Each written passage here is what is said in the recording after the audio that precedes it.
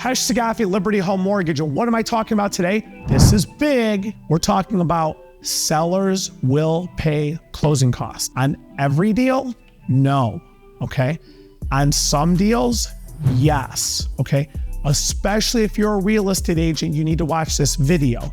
It comes down to, number one, understanding how numbers break down. You have to understand math. And I've had a lot of people say to me, Hesh, I'm bad at math. Well, get good at it, okay? Everybody involved in a real estate transaction, especially the people negotiating the transaction out, need to understand the breakdown of numbers. Okay, sellers do pay closing costs. If you're watching this video right now and you're saying, Hesh, I've got enough for a down payment, I don't have the closing cost. And that's a lot of first-time home buyers, okay? That's a lot of them out there. You have to understand a couple of things. And I tell this to all of the people I pre-approve for a mortgage loan today, okay? Is understand the market. If a house just gets listed this morning, I've got news for you. There's probably 20 offers coming in on it. There's a high probability if the house is in good shape, it's priced well, the neighborhood's good, whatever it all is, okay? If all that's the case, I got news for you. 20 offers are coming in on it, and you coming in with your no money down, asking for closing costs and closing in 60 days and not giving earnest money and getting 15 different home inspections on the house, it's not gonna make the homeowner, the seller, feel as warm and fuzzy as the cash offer, no contingencies, no inspections, and close in 5 days. Okay, they'll even skip the title search or whatever. Or another offer, even if it's FHA or VA, let's just say, where they have an appraisal gap in there where, hey, if the appraisal comes in $10,000 short, we will cover that difference. When you're competing against those offers, you're gonna have a super hard time getting the seller to cover your closing costs. Why? Because they've got 20 other offers that aren't asking for that stuff, okay? Still, it comes down to the seller net coupled with the appraisal and things like that. You always have to keep this one in mind. The highest offer is not always the best offer. I need to do a video on this one actually, okay? The highest offer is not always the best offer. Here's another little food for thought. A cash offer is not always the best offer.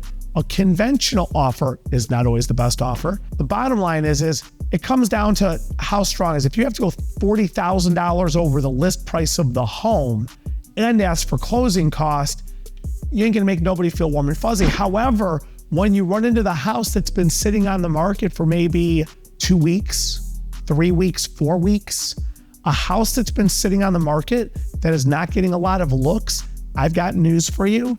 That seller is gonna be a lot more in tune with covering the buyer's closing costs. But once again, understand math. It comes down to the seller's net, which the listing agent, some listing agents know the bottom line of the seller, some listing agents don't. So as a buyer, you're a buyer's agent representing a buyer, the listing agent might not even know what their bottom line is, but ultimately it could all be calculated and figured out. Depends on the situation. So if you're out in the market buying a home, understand first, sellers will pay closing costs.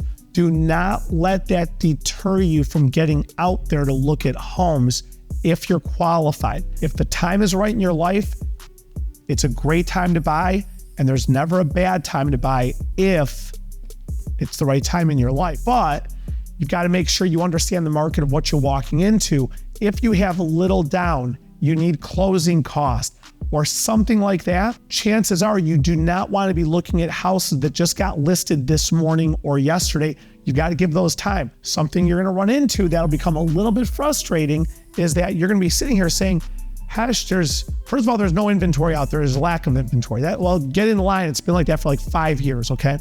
Then when you do get out into the market, understand that there's not many choices out there, okay? There just isn't. I got news for you. It's gonna be like that for quite a while, not the next like 2 weeks or 2 months, the next couple of years, okay? When you understand what you're walking into and you understand the house that you will get probably needs some work. It needs updates. It's not completely remodeled.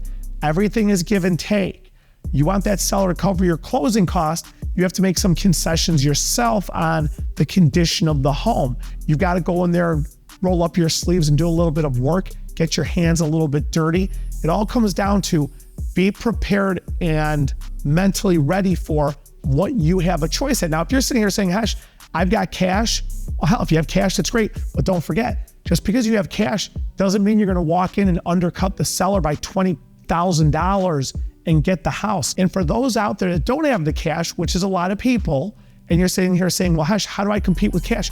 Keep in mind, people with cash, a lot of times are not going, I say a lot of times, not all the time, a lot of times they're not going $50,000 over the list price. They're coming in at list or under list. So suddenly you coming in at 10, 20, 30 over in an area where it's like, hey man, this thing might appraise for that pretty solidly. I got news for you. A finance deal offering more is sometimes better than a cash deal offering less. Keep that in mind. Make sure you're working with the right lender, the right real estate agent. It all comes together. And at the end of the day, it's all sunshine, rainbows, and butterflies. I'll catch you on the next video and keep watching these.